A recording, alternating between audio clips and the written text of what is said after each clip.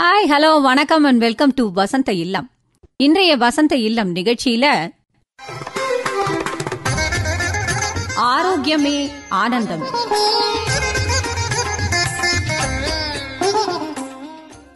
நேர்களே, கடந்த வார நிகழ்ச்சியின் தொடர்ச்சியா இன்னைக்கும் யோக பயிற்சியாளர் மேனகா லட்சுமி அவர்களுடைய நேர்முகத்தின் அடுத்த பகுதியை கேட்கலாமா? உடன் உரையாடுகிறார் சௌமியா. சரி, இப்ப நீங்க லேடிஸ்க்கு சொல்லுங்களேன், என்னெல்லாம் ஆசனா பண்ணலாம்? பொதுவா எல்லாமே நீங்க ரிலாக்ஸ் பண்ணிக்கிறதுக்குன்னு சொல்லி ஒரு ஆசனா சொல்லிட்டீங்க, ரிலாக்ஸ் வந்து சாப்பிட சொன்னேன், அதெல்லாம் சொல்லிட்டீங்க. வேற ஜென்ரலா டே டு டே அவங்க வந்து எனர்ஜெட்டிக்கா இருக்கணும். ஆஃபீஸ் போறதுக்கு முன்னாடி நான் போய் நல்லா பிரிஸ்கா வேலை செய்யணும், இல்ல முதல்ல நல்லா தூங்கணும், அந்த மாதிரி ஏதாவது? வஜ்ராசனம், பத்மாசனா, யோக முத்ரான்னு ஒரு ஆசனம் உண்டு. பத்மாசனம் போட்டு கையை பின்னால கட்டிட்டு முன்னால குனிகிறது யோக முத்ரா. வயிறு பார்க்க நம்ம அழகா இருந்தோம், நல்லா ஃபிட்டா இருந்தோம்னாலே ஒரு கான்ஃபிடன்ஸ் கொடுக்கும் லேடிஸ்க்கு. அதனால வயிறுலாம் வைக்காம இருக்கணும்னா நேரா படுத்துட்டு காலை ஒரு அரை அடி தூக்கலாம். உத்தான பாதாசனம், நவாசனம், இதெல்லாம் வயிறு வைக்காது. உஷரட்டாசனம், வேற நின்ற பாதாசனம், பிறையாசனம், பாதஹஸ்தாசனம். பாதஹஸ்தாசனம்னா கையை ரெண்டையும் மேல அப்படியே நின்றுட்டு நேரா தூக்கி பெருவிரல்ல பிடிக்கிறது, முட்டு வளையாம. அப்போ வயிறுலாம் வைக்காது, பாடி ஸ்ட்ரக்சர் நல்லா இருக்கும். இன்னொன்று பாதத்தில் உள்ள கிருமிகளை அழிக்கிற ஆசனம், அதனால தான் அது பேர் பாதஹஸ்தாசனம். எல்லா வைரஸுமே கால் அந்த வழியாக தான், பாதம் வழியாக தான் ஏறுமா, பிடிக்கும் எல்லாத்துக்குமே. பாதஹஸ்தாசனம் பாதங்களோட கிருமிகளை அழிக்கிறதுனால ஒரு நோயும் வராது, ரொம்ப ரிலாக்ஸாக வாழலாம். ஆனால் எந்த ஆசனம் பண்ணாலும் கடைசியில் சாந்தியாசனா பண்ணி தான் முடிக்கணும். சவாசனா அது பண்ணி தான் முடிக்கணும். பார்த்தா படுத்துட்டு கையை ரெண்டையும் அப்படி மல்லாக்க போட்டுட்டு படுத்துருக்கிற மாதிரி இருக்கும். ஆனா இருக்கிற அத்தனை ஆசனாலையும் சவாசனா தான் ரொம்ப கஷ்டம். சவம் மாதிரி படுக்கணும். மைண்டை ரொம்ப ஸ்டிமுலேட் பண்ணணும். என்ன செய்யணும்னா, படுத்துட்டு ரெண்டு கையையும் மல்லாக்க போட்டுட்டு பாடியை வச்சு கொஞ்சம் தள்ளி விட்டுட்டு காலையும் நல்லா விரிச்சிட்டு படுத்துட்டு கண்ணை மூடிட்டு முதல்ல நெற்றியை நினைக்கணும். நெற்றியை நினைக்கல, நெற்றியில வந்து நம்மளோட அவ்வளவு ரத்த ஓட்டமும் அங்கதான் பாயும். அப்புறம் நெற்றி பொட்டை நினைக்கணும், புருவம் நினைக்கணும், கண்ணை நினைக்கணும், மூக்கை நினைக்கணும், வாய் நினைக்கணும், நாடியை நினைக்கணும், கண்ணத்தை நினைக்கணும், காது, கழுத்து, ஒவ்வொன்றுக்கும் ஒரு 5 செகண்ட் நீங்க நம்ம நினைக்கல. எல்லா உறுப்புகளுக்கும் ரத்த ஓட்டம் நம்ம எந்த உறுப்பை நினைக்கிறோமோ அங்க மட்டும்தான் பாயும். காது, அப்புறம் கழுத்து, புஜங்கள், கைகள், மார்பகங்கள், இடுப்பு பகுதி, வயிற்று பகுதி, அடிவயிற்று பகுதி. இந்த வயிற்று பகுதியெல்லாம் நினைக்கல, கட்டாயம் வந்து வயிறு ஃபிளாட் ஸ்டமக்கை நம்ம நினைச்சு பார்க்கணும். What you think you become, நீங்க எப்படி நினைக்கிறீங்களோ அப்படி ஆயிருவீங்க. ஆமா, ஃபிளாட் ஸ்டமக்கா. அப்புறம் தொடைகள், முட்டிகள், கால்கள், கணுக்கால், பாதம், பெருவிரல் முடிச்சுட்டு திரும்ப அகெயின் பெருவிரல், பாதம், கணுக்கால், ரிவர்ஸ்ல அப்படியே வந்து நெற்றி பொட்டுல முடிக்கணும். இந்த ஆசனம் செய்யறதுக்கு ஒரு நல்ல எக்ஸ்பர்ட்டா செய்யறது ஒரு 4 நிமிஷமா தான் ஆகும். ஒவ்வொன்றுக்கும் 5 தூங்கிட மாட்டாங்களா? தூங்க மாட்டாங்க. அதே நீங்க அந்த உறுப்பு நினைக்கிறீங்க இல்லையா, நினைக்க ரத்த ஓட்டம் அந்த உறுப்புக்கு பாயும். பாய பாய பாய எல்லா டாப் டு பாட்டம் எல்லா உறுப்பும் ஃப்ரெஷ் அப் ஆயிருது. இல்ல எல்லா ரத்த ஓட்டமும் போய் ஃப்ரெஷ் அப் ஆகி ரிலாக்ஸ் ஆயிருது. அவ்வளவுதான். அப்ப தூக்கம் வர மாதிரி இருந்தா நல்லதும்பாங்க இல்லையா? கட்டாயம் கட்டாயம். அப்ப நீங்க ரிலாக்ஸ் ஆனாதான் உங்களுக்கு தூக்கம் வரும். கரெக்ட். சவாசனம் இருக்கிற ஆசனத்திலேயே அதான் கஷ்டம். மற்றதெல்லாம் எப்படியோ வளர்ச்சி பண்ணிடலாம். இந்த ஆசனத்துல மைண்ட் ஸ்டிமுலேட் பண்ணி பண்றது பாத்தீங்களா, கொஞ்சம் கஷ்டம். ஆமா, ஒவ்வொரு உறுப்பை நினைக்கல, முட்டியை நினைக்கலையே கால் ஞாபகம் வரும், பாதத்தை நினைக்கலையே பெருவிரல் ஞாபகம் வரும். ஆனா பெருவிரல்னா பெருவிரலை மட்டும்தான் நினைக்கணும். ஆமா, ரொம்ப கஷ்டம்.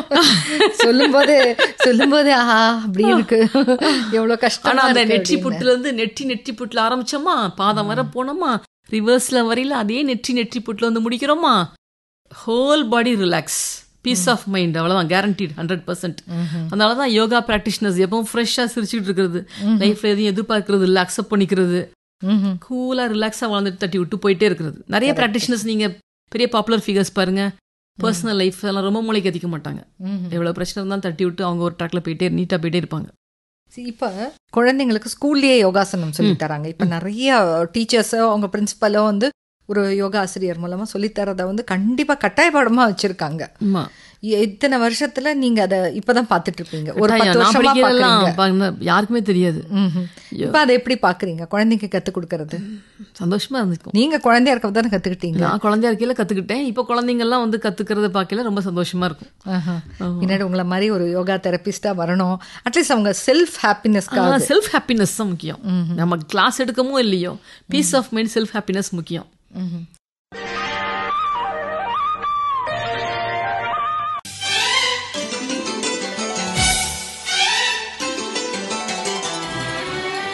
நீங்கள் கேட்டுக்கொண்டிருப்பது ஆகாஷ்வாணி கோயம்புத்தூர் வானொலி நிலையம். 999 கிலோஹெர்ட்ஸ் மத்திய அலைவரிசையிலும் 103 மெகா ஹெர்ட்ஸ் பண்பலையிலும் ஒலித்துக் கொண்டிருப்பது வசந்த இல்லம். வசந்த இல்லத்தில் இன்று யோகா ஆசிரியர் மேனகா லட்சுமி அவங்களோட பேசிட்டு இருக்கோம். உடன் உரையாடுகிறார் சௌமியா.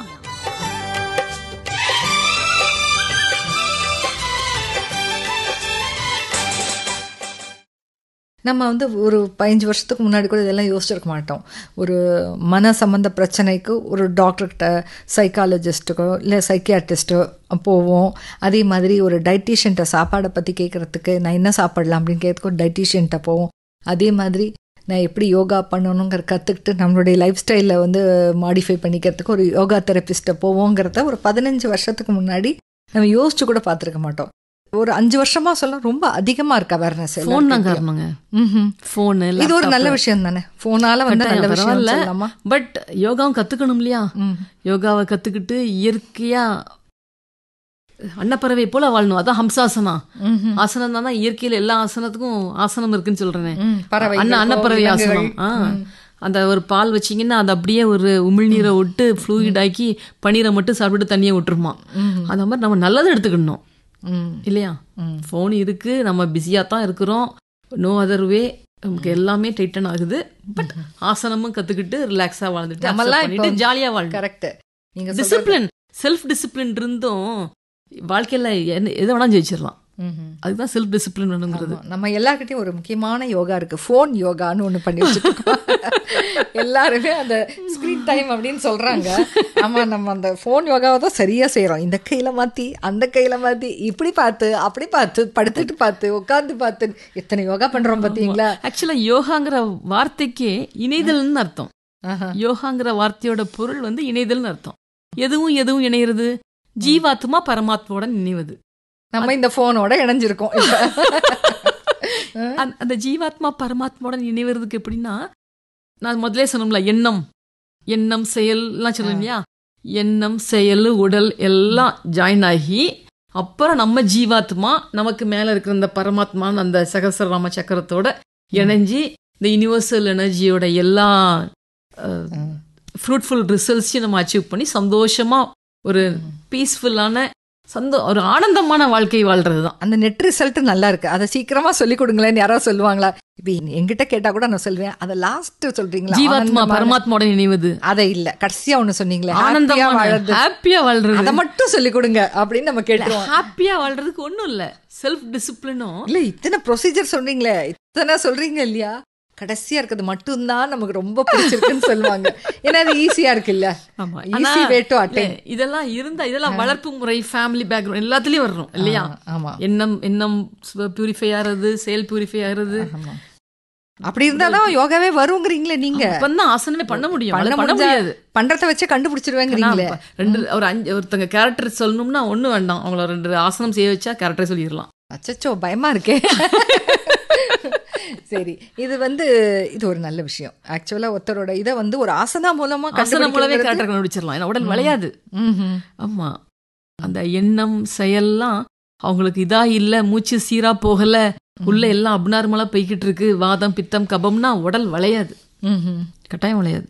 நிறைய ஆசனங்கள் செய்யல, அது கண்டுபிடிச்சிடலாம். இப்போ ஒருத்தர் பார்த்தா இவங்களுக்கு ஏதோ ஹெல்த்ல இஷ்யூஸ் இருக்குங்கிறதையும் நீங்க ஒரு யோகா பிராக்டிஷனரா சொல்ல முடியுமா? கட்டாயம். ஃபேஸ் பார்த்தா தெரியும்ல, சிரிக்க மாட்டாங்க இல்லையா, முறைச்சிக்கிட்டு இருப்பாங்க. நம்ம அவங்கள பார்த்து நீங்க எவ்வளவு அழகா சிரிச்சுக்கிட்டே இருக்கிறீங்க, எனக்கு மேல சிரிக்கிறீங்க, நம்ம சிரிச்சு அவங்க முறைப்பாங்க. அந்த ரியாலிட்டிய ஒரு எந்த ஹாப்பினஸையுமே அவங்களால அக்செப்ட் பண்ணிக்க முடியாது. ஏதோ அப்ப உங்களுக்கு பிரச்சனை இருக்கு, மூச்சு சீரா போகல, அதான் ரீசன். ஹெல்த் ரீசனா இருக்குமா, மனசுல ஏதோ ரீசன், வேற ஏதோ ரீசன்? மனசு, செயல், ஹெல்த் எல்லாம் ஒண்ணு, எல்லாம் ஒண்ணுதாங்கிறீங்க. Okay, right. மூச்சு சீரா போகல. மூச்சு சீரா போகணும்னா அந்த இதுதான் நான் சொன்ன மாதிரி எண்ணம், செயல், உடல் எல்லாம் சரி பண்ணி அப்பதான் மூச்சு சரி பண்ண அலைன்மெண்ட்ங்கிறீங்க. எல்லாத்தையுமே எல்லாமே ஒண்ணுக்கு ஒண்ணு லிங்க் தான். பர்ஃபெக்டா வரும்போதே எல்லாம் சரியாயிடும். Okay, right. இப்போ பெண் குழந்தைகள் வந்து சின்ன குழந்தைங்க இருக்காங்க இல்லையா, நான் மற்றவங்கள நான் சொல்லலை, பெண் குழந்தைங்க ஒரு 10 வயசுக்கு அப்புறம் அவங்களுக்கு வந்து பியூபர்ட்டி அட்டன் பண்ணுவாங்க. அதுதான் ஒரு பின்னால அவங்களோட வளர்ச்சிக்கான இதை வந்து அடித்தளம் வந்து அந்த 10 வயசுக்கு அப்புறம் நம்ம சொல்றோம். குழந்தைங்க வந்து அப்போ எப்படி உடம்ப பார்த்துக்கணும்? குழந்தைங்க ஹைஜீனாக இருக்கட்டும், மற்ற எல்லா விஷயமா இருக்கட்டும், நீங்கள் வந்து சொல்லுங்களேன். நீங்கள் நிறைய ஃபீல்டில் பார்த்துருப்பீங்க. செல்ஃப் டிசிப்ளின், அதான் தனி மனித ஒழுக்கம் கட்டாயம். அவங்க வேலை படிக்கிறது, காலையில குளிக்கிறது, நல்ல ஆரோக்கியமாக சாப்பிட்றது, கொஞ்சம் விட்டு கொடுத்து போகிறது. எந்த ஒரு இடத்துல அன்பு பரஸ்பரம் இருக்கோ அந்த இடத்துல வந்து 16 செல்வங்களும் இருக்கும்.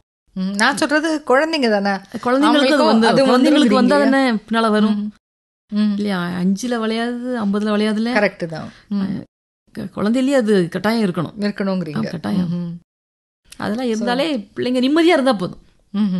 எந்த வழியில அதுக்கு அவங்க நிம்மதியா இருக்கிறாங்களோ அதை நிம்மதியா இருந்தாலே போறோம் பிள்ளைங்க. சோ அந்த வே ஆஃப் லைஃப் அவங்களுக்கு அந்த வயசுலயே ஆரம்பிச்சிடணும்ங்கறீங்க. Yoga it's nothing, it's a way of life தான். அப்ப அந்த டிசிப்ளின்ங்கிறது எல்லாத்துலயும் அவங்களுக்குமே வந்துடணும், அப்பவே வந்துடணும். சரி, ஒலித்துக் கொண்டிருப்பது வசந்த இல்லம். இன்றைய வசந்த இல்லத்தில் யோகா ஆசிரியர் மேனகா லட்சுமி அவர்கள்.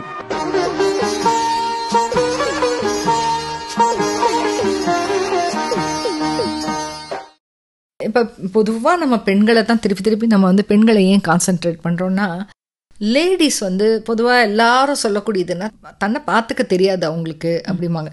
இந்த யோகாங்கிறது வந்து தன்னை பார்த்துக்கக்கூடிய விஷயங்கிறது இப்ப நீங்க சொல்றதுல இருந்து தெரிய வருது.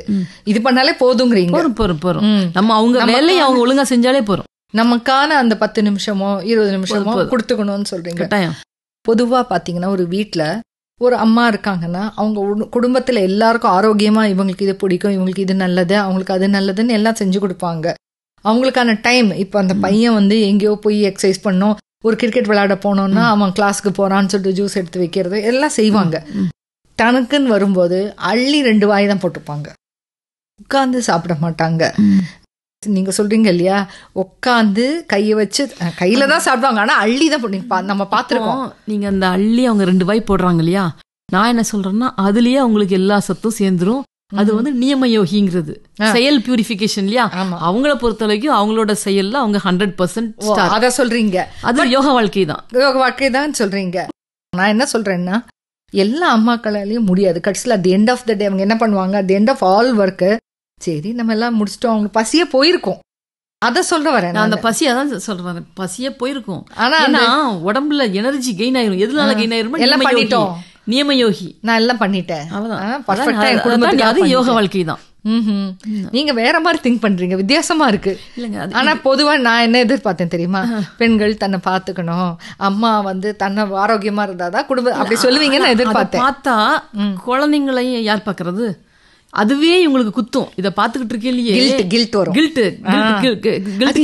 ஆகி அதே ஸ்ட்ரெஸ் ஆகி நோயாயிரும். நீங்க சொல்றது கரெக்டா, எல்லா அம்மாக்களுக்கும் இருக்கிறது தான் அந்த கில்ட்டுங்க இருக்கிறது. ஐயோ இதை நம்ம பண்ணாம விட்டோமே, கொஞ்சம் பண்ணி கொடுத்துருக்கலாமோ, செஞ்சு கொடுத்துருக்கலாமோ, என்ன ஒரு 10 நிமிஷம் முன்னாடி எந்திரிக்கலாமோ, சோம்பேறித்தனப்பட்டோமோ, இந்த மாதிரி எல்லா அம்மாக்களுக்கும் இருக்கிறதா. குழந்தைங்க வந்து குழந்தைங்களுக்காக எதையும் செய்வா தாய் இல்லையா, எல்லா தாயும், அதுல வந்து வித்தியாசமே கிடையாது. அப்ப அந்த அம்மாவை எப்படி பெட்டரா பாத்துக்கணும்னா நீங்க யோக முறைன்ட்டீங்க. இதையே ஆமா, இதான் அதுவே யோக வாழ்க்கை தான். ஏன்னா அவங்களுக்கு செல்ஃப் சாட்டிஸ்பாக்சன் இருக்கு, செல்ஃப் டிசிப்ளின் இருக்கு, யோக நியம யோக வாழ்க்கை இருக்கு, ஒன்றும் தேவையில்லை உங்களுக்கு. சரி, சிட்டி லைஃப்க்கு வாங்க. நீங்க வந்து வளர்ந்தது எல்லாமே ஒரு டவுன் வாழ்க்கையில பார்த்துருக்கீங்க, சுத்தி வர மக்களை பார்த்துருக்கீங்க. ஒரு பரபரப்பான பெங்களூர், சென்னை மாதிரியான ஒரு பரபரப்பு, வெதரும் வந்து உங்களுக்கு வந்து ஈடு கொடுக்காது. அந்த வெதரும் ரொம்ப சூடு வெதர், இந்த மாதிரி வேர்வையும் இதுவும் ஒரு ரிலாக்ஸ்டாக ஒரு ட்ரெஸ்ஸு கூட பார்த்தீங்கன்னா இறுக்கமாக போட்டால் கூட வலிக்கும், எரியும், இந்த மாதிரிலாம் இருக்கிற ஒரு சூழலில் வளர்ந்துருப்பாங்க. அவங்க ஆஃபீஸ் போனால் அங்கேயுமே அவங்களுக்கு டென்ஷனாக இருக்கும். லேடிஸே நம்ம எடுத்துப்போம், இல்லை யாராக இருந்தாலுமே அந்த கொதிக்கிற வெதரில் திக்காக ஒரு பேண்ட்டோ ஏதோ போட்டுட்டு போய் அந்த ஒர்க் சூழல்லையும் பரபரப்பாக செஞ்சுருப்பாங்க. எப்பவும் வேர்வை ஊற்றிக்கிட்டே இருக்கும், ஹியூமிட் வெதர் வேறு இருக்கும். இந்த மாதிரி எல்லாம் நீங்கள் அங்கே அவங்களுக்கு பீஸோ ரிலாக்ஸேஷன் எங்கே கிடைக்கும்? லேடிஸை பொறுத்த வரைக்கும் ரொம்ப சேலஞ்சிங். குழந்தைங்களுக்குமே ரொம்ப ஏர்லியாக போயிடுவாங்க. போயிட்டு வரதே பெரிய திண்டாட்டமாக இருக்கும். ட்ராவல் ஜாஸ்தி, பயணப்படுற நேரம் ஜாஸ்தி. அவங்களுக்கு அந்த மெடிடேட்டிவாக அவங்களுக்கு என்ன ஒரு அந்த ஜேர்னியில் மெடிடேட்டிவாக நீங்கள் என்ன சொல்வீங்க? அந்த சமயம் தான் உங்களுக்கு கிடைக்குதுன்னு வச்சுக்கோங்க. ஒரு பயணம் சமயத்தில் ஜேர்னி டயத்துலயே கண்ணை மூடி கொஞ்சம் ரிலாக்ஸ் பண்ணிக்க வேண்டியதான். மூச்சு நல்லா இழுத்து விட்டுக்க வேண்டியதான். நல்லா ஃப்ரெஷ் ஒரு மரம் வரையில ஃப்ரெஷ் ஏர் இழுத்து விட்டுக்க வேண்டியதான். அதாவது காத்துலயே அசுத்த காத்து, மத்தியம காத்து, சுத்த காத்துன்னு உண்டு. அசுத்த பிராணன், மத்தியம பிராணன், சுத்த பிராணன். நம்ம எந்த இடத்துல நம்ம மூச்சு இழுத்து விட்டாலுமே அது கொஞ்சம் டஸ்டோட உள்ள போனாலே அந்த மூக்கு அது சர்க்கிள்ல தான் போகுமா மூக்கு வழியா நம்ம சுவாசிக்கிற காத்து. அதுவே அந்த மூக்குல இருக்கிற அந்த முடியிலேயே அது ஃபில்டர் ஆயிரும். அப்புறம் தான் அது அந்த மத்தியம லேயர் போய் சுத்தமான காத்தா தான் உள்ள போகும். எப்படி அது நம்ம லங்ஸ் அஃபெக்ட் பண்ண போறது இல்லை. அந்த காத்து சுத்த காத்து சுத்த காத்தா தான் உள்ள போகும். கட்டாயம் உள்ள போகல. நம்ம டீப் இன்ஹலேஷன் எக்ஸலேஷன் பண்ணல, நல்லா இன்ஹேல் பண்ணி எக்ஸேல் பண்ணா போதும். ஒரு ரிலாக்ஸ் பண்ணிக்க வேண்டிதான். உடம்பு ஃபிளெக்சிபிள் ஆக ஆக ஆக மைண்ட் எல்லாம் எல்லாமே ஃபிளெக்சிபிள் ஆயிரும்.